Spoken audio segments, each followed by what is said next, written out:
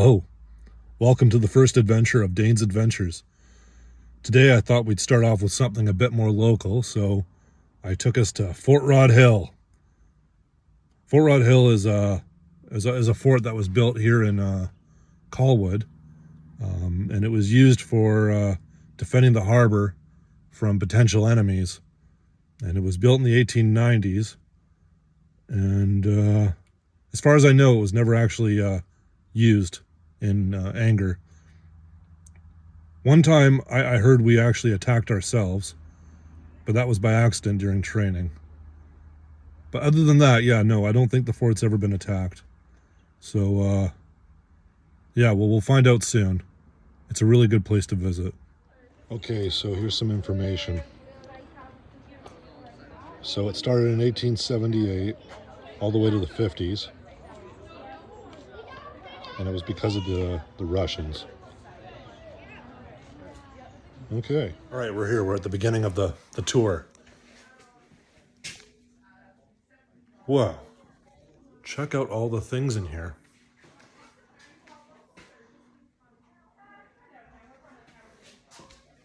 Whoa. That's a really neat model of Fisgard Lighthouse. Okay, according to this map here, we are currently just outside Upper Battery. So I suppose the way that this place worked was there was Upper Battery, Lower Battery, and then this was the brains of the operation, Belmont Battery. Ah, so over here, this battery can defend that way.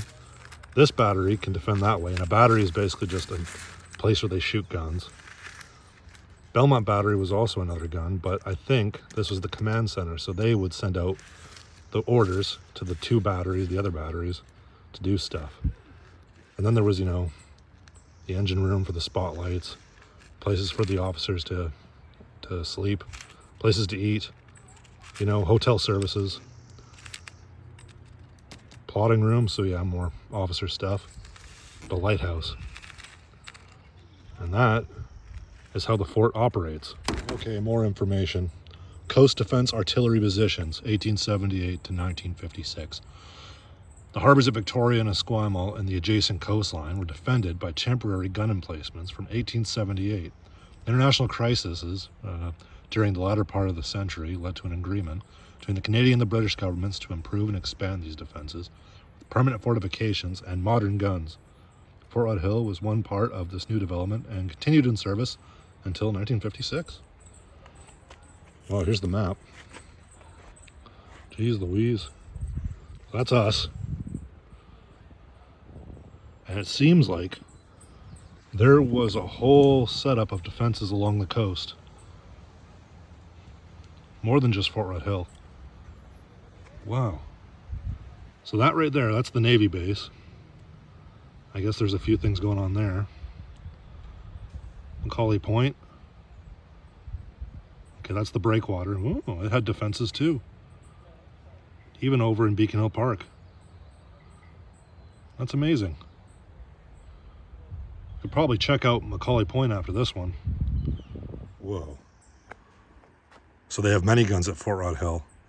One was the twin-barrel 6-pounder quick-firing gun. Another was the 6-inch gun on a disappearing carriage. And then a 12-pounder quick-firing gun. So from what I know, these ones here were good for firing at small boats that are passing by.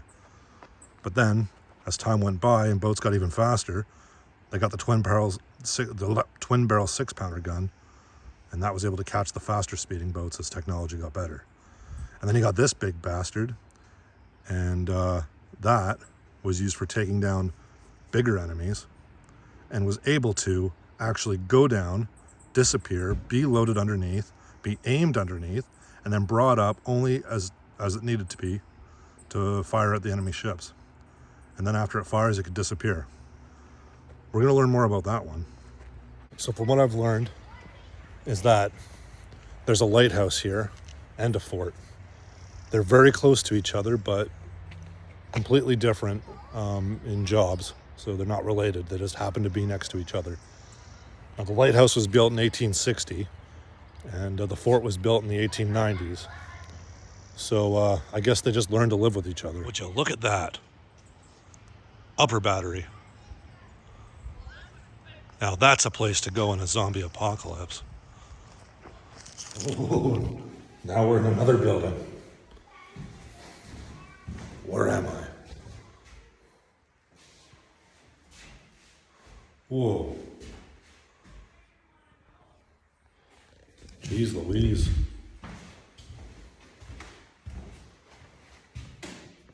Whoa. Decent. Check out that kitchen.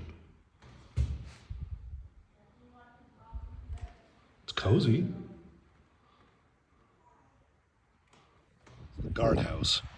This structure was designed to accommodate the guard when the battery was fully manned. Consisting of 3 to 4 soldiers commanded by a non-commissioned officer, the guard provided sentries to control the gate and patrol the battery perimeter. Okay, so it was basically just a mess. Well, kind of. Basically, upper battery is just its own stronghold. It has pretty much everything to fend off an attack from anywhere. You got walls all around. You got holes in the walls, so you can actually fire your weapon outside of there to prevent the enemy from coming at you. I'm not sure if that actually, well, we'll never know, I guess. I guess people were shorter back then, but I feel like you could get over this wall pretty easily. But you got a bunch of people shooting at you, so that'll probably make it a lot harder. Man, where are we going? Jeez Louise. We're at the Defense Electric Light Directing Station. Defense electric lights on both sides of the Squamot Harbor entrance were used to illuminate targets with the guns at night.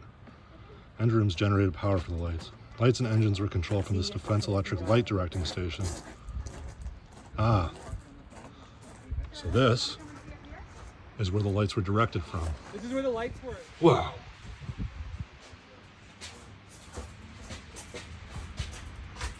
Oh, I see. And then if things got too hairy, you could pull this up. That's really heavy, but yeah. Pop this down. And you could look. Oh no, here come the Russians. Pull it up.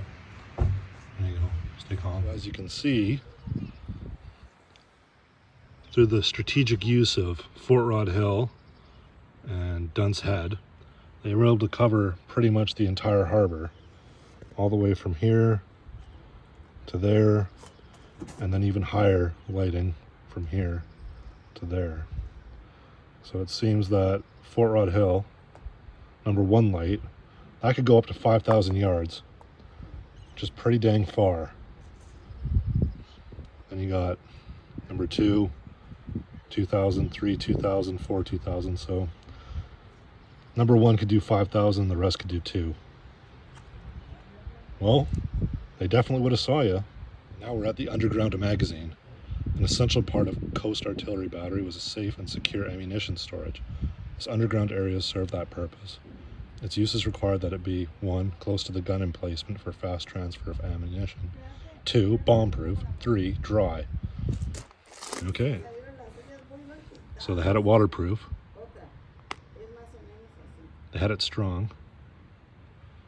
And they had an interior wall to prevent moisture. So it seems that securing ammo was a very hard thing to do. I see. So you start out with brick, some sort of membrane, asphalt membrane, boron, more asphalt, concrete mixed with gravel, and then dirt. And that should do it. Here's a map of the entire situation.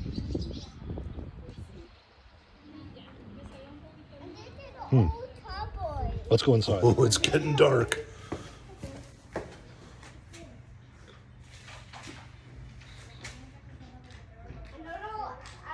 Whoa.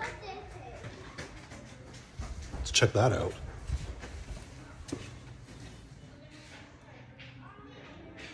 I guess those are the rounds. No powder, but that's the projectile. That's the word, projectile. Notice how some are hollow tipped and some are not. I bet you they have different purposes. It's this way.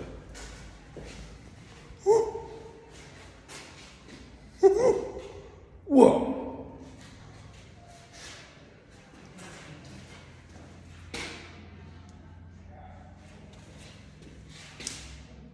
Yeah, that's definitely a hazard, but I guess back then that's the best they could do.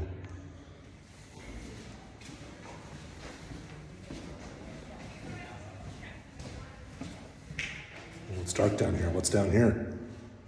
Okay, so here's the instructions for entering the magazine. You shall wipe your boots on mat B and take them off. Take off your uniform and hang it up on pegs A. Go through barrier in your socks. Then put on the magazine clothes C and shoes D and go to your work. Inspecting officers should put each foot in succession past the barrier and draw the magazine galoshes over their boots. On leaving the magazine, the order of the above shall be reversed. I believe that's what it says. And you know what? In a magazine, believe is all I need. Oh, it's getting dark. Oh, spooky. Ooh. There's no light in here.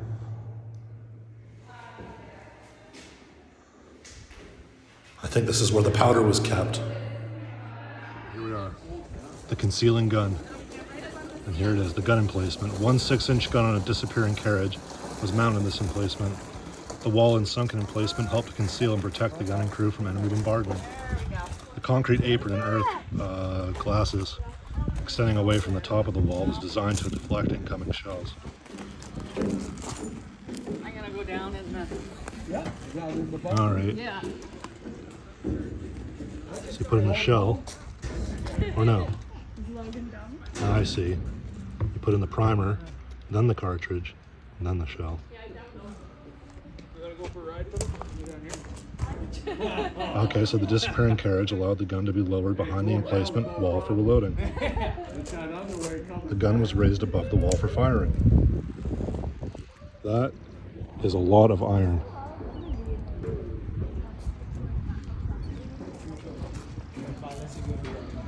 That is amazing. And then it would go down there to be reloaded and aimed. So pretty much, it would go under,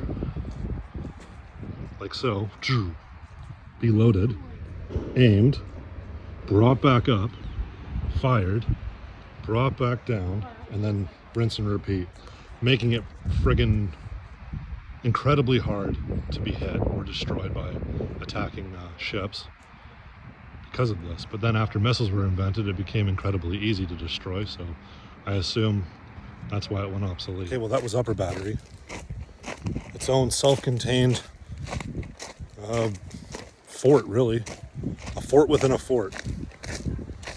It is absolutely beautiful out here. Just stunning. Amazing.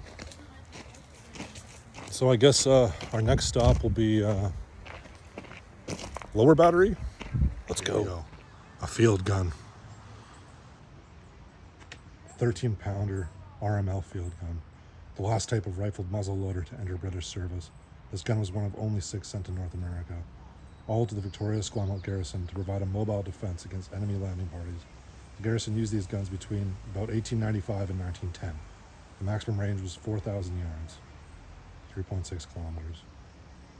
And there's the Marines using it, Royal Marines. Wow. And what do we got over here? A Hotchkiss quick-firing 6-pounder. This gun is a Hotchkiss quick-firing 6-pounder. Tight-mounted in the battery at Dunt's Head, 1900 to 1904, on the opposite side of Esquimalt Harbor, is an integral part of the Victoria Esquimalt coast defenses. So this is pre-World War I. You know, kind of old school, but for the time, it was fine. Tell you, it'd be a lot of fun to shoot today. Look at those projectiles. Whoa. Would you look at that gun? That is a big Bertha. My goodness. Apparently there was two of these big guys over here at Fort Rod Hill back in the day. This one is a replica. It's not really, yeah, it's not the real thing, but that's what it looked like.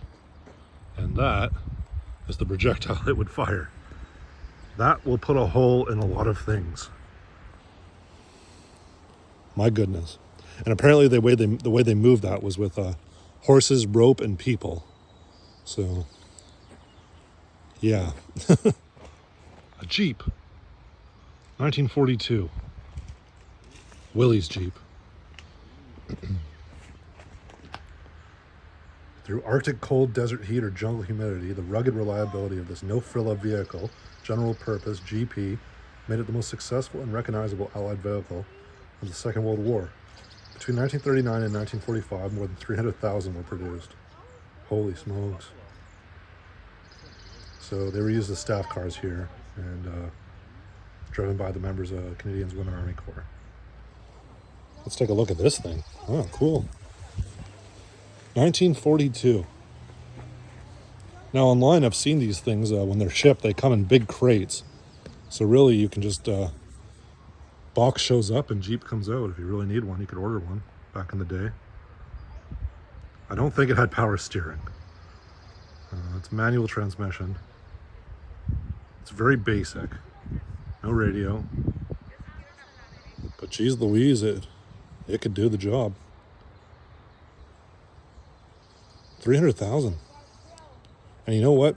It doesn't look that much different than Jeeps today. Overall. It's been like 80 years. Battery command post. All right. So this was where the commander of the both upper and lower battery would be in the event of an actual fight. Let's go up to the command post and check her out. It's pretty cool. Whoa.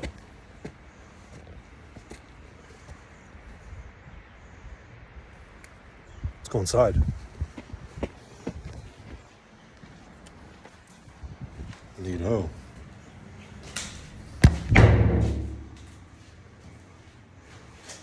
So from here, you could direct where you want the guns to fire in. Nowadays, it seems like you can't see much, but back then they would have had all this cleared out, so you could see everything. And it's just absolutely amazing walking around this fort. So much to see. There you have it. Lower battery. This one was the bigger of the two. Let's check out lower battery. Wow. Another big main gate. Would you look at this place?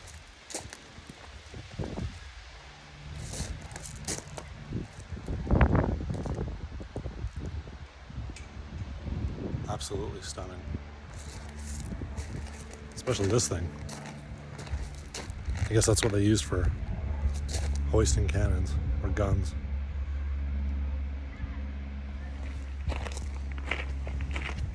So what it was called was a repository. Moving artillery pieces from their mountings and moving the mountings themselves was an awkward and potentially dangerous job for the gun crews. It's accomplished in a routine known as a repository drill. Yeah, pretty much. You can set up one of these things over top of the gun and lift out what you need to be lifted. Really stunning.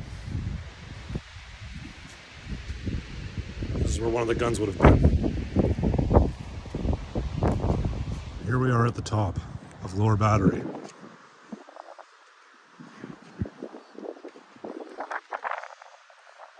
one gun there. Another gun there. lighthouse there. And that's the naval base.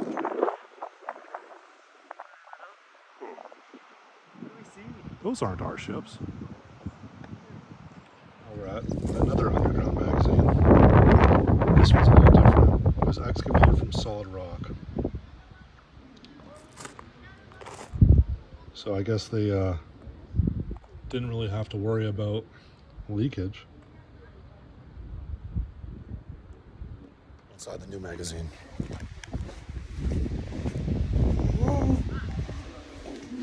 Pretty scary.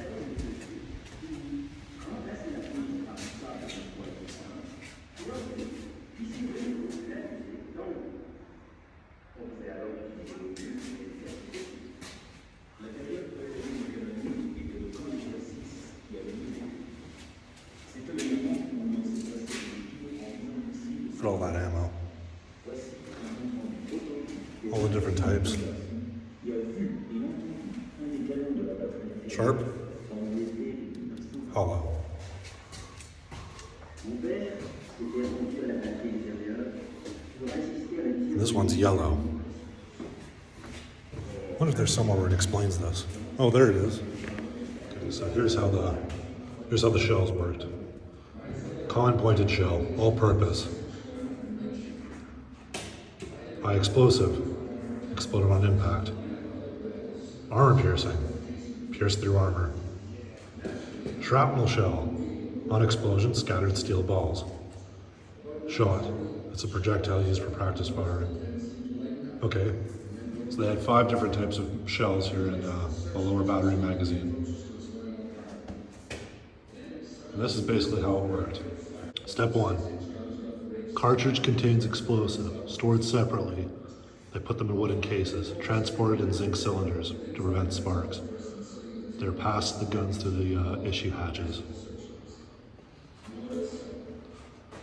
Step 2, the shells are moved separately to the guns, each weighed 100 pounds. Okay. 3, shell loaded into gun breech and rammed home, followed by explosive cartridge. The breech was secured and a fuse was set, and the gun barrel was raised to the firing position. Step 4, guns were laid on the targets with bearing and range information provided by a rangefinder instrument and fired. Kaboom. Now we're heading down to Belmont Battery. There you go. I believe that is where the HQ was. Now there was that command post that we saw earlier, and that's where they say, you know, the commander of the base would be. But I think Belmont Battery had a bit more say as well. So we'll find out who's really calling the shots here in a minute. But yeah, and you know, I said this before, but my goodness, what a view.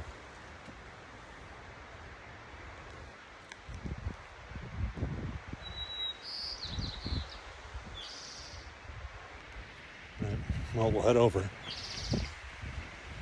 Oh, before we get there, there's something else I just saw. Now, aha, it is the Searchlight engine room. This structure housed the engines that supplied power for the searchlights located on the Fort Rod Hill foreshore from 1902 to 1956. All right, so this is the place where they ran the diesel generators. I believe they're diesel.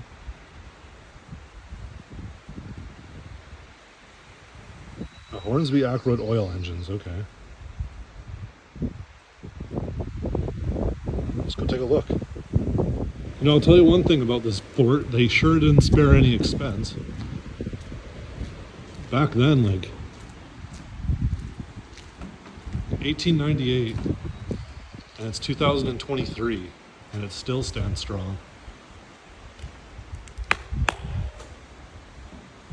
Man, how much money would this thing have cost to build back then? There we go. Whoa. I'll tell you right now, it smells just like the engine rooms on the ships. Oil and coolant. This is the glowworms. These guys here. So before radar was invented, gunners relied on searchlights, manned by glowworms, to find their targets at night. All right, so these are the guys that were in charge of operating the lights and spotting the enemy. They were the radar before radar, and holy smokes, would you look at that light.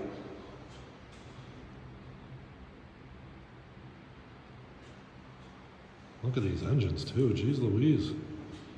Probably still good.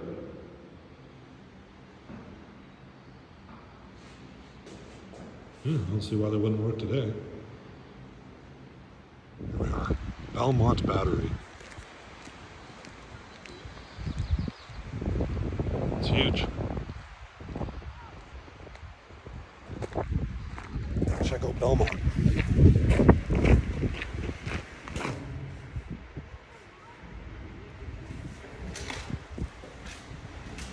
You have the big firing gun. Okay, so Belmont Battery did not have any other authority over Fort Rod Hill than any of the other batteries. It was really just another battery. And so from what I read, each battery had their own commander, but they all answered to the base commander. And Belmont's job was basically to defend the harbor because it was the closest to the naval base. And this is what it looked like back in the day. And then later on they built this tower, which is here today. Wow, what a view.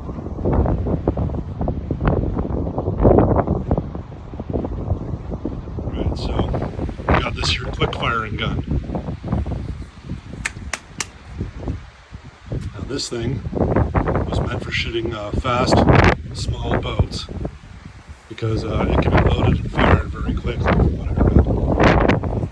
Now this was good up until after the First World War when boats got even faster. So this one wasn't really able to keep up with those newly developed boats. So they had to bring in this one, another quick firing gun. And this one could fire even faster than that one. It had 2 barrels. So you basically go put in the charge, fire, shoots out, load the next one. And you could basically get boom, boom, boom, boom, boom, boom. And that was good for patrol boats and such. World War II technology. Yeah, there you go.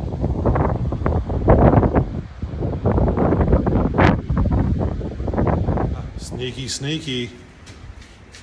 It's a big light made by General Electric. But on the outside,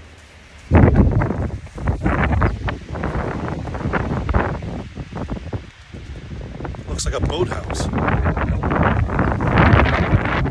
So I guess that right there, that would open up in times of need, and they would start spotlighting the different boats and ships. But in the meantime, when it wasn't being used, it was disguised as a boat shed. Another nice day at the beach, it seems.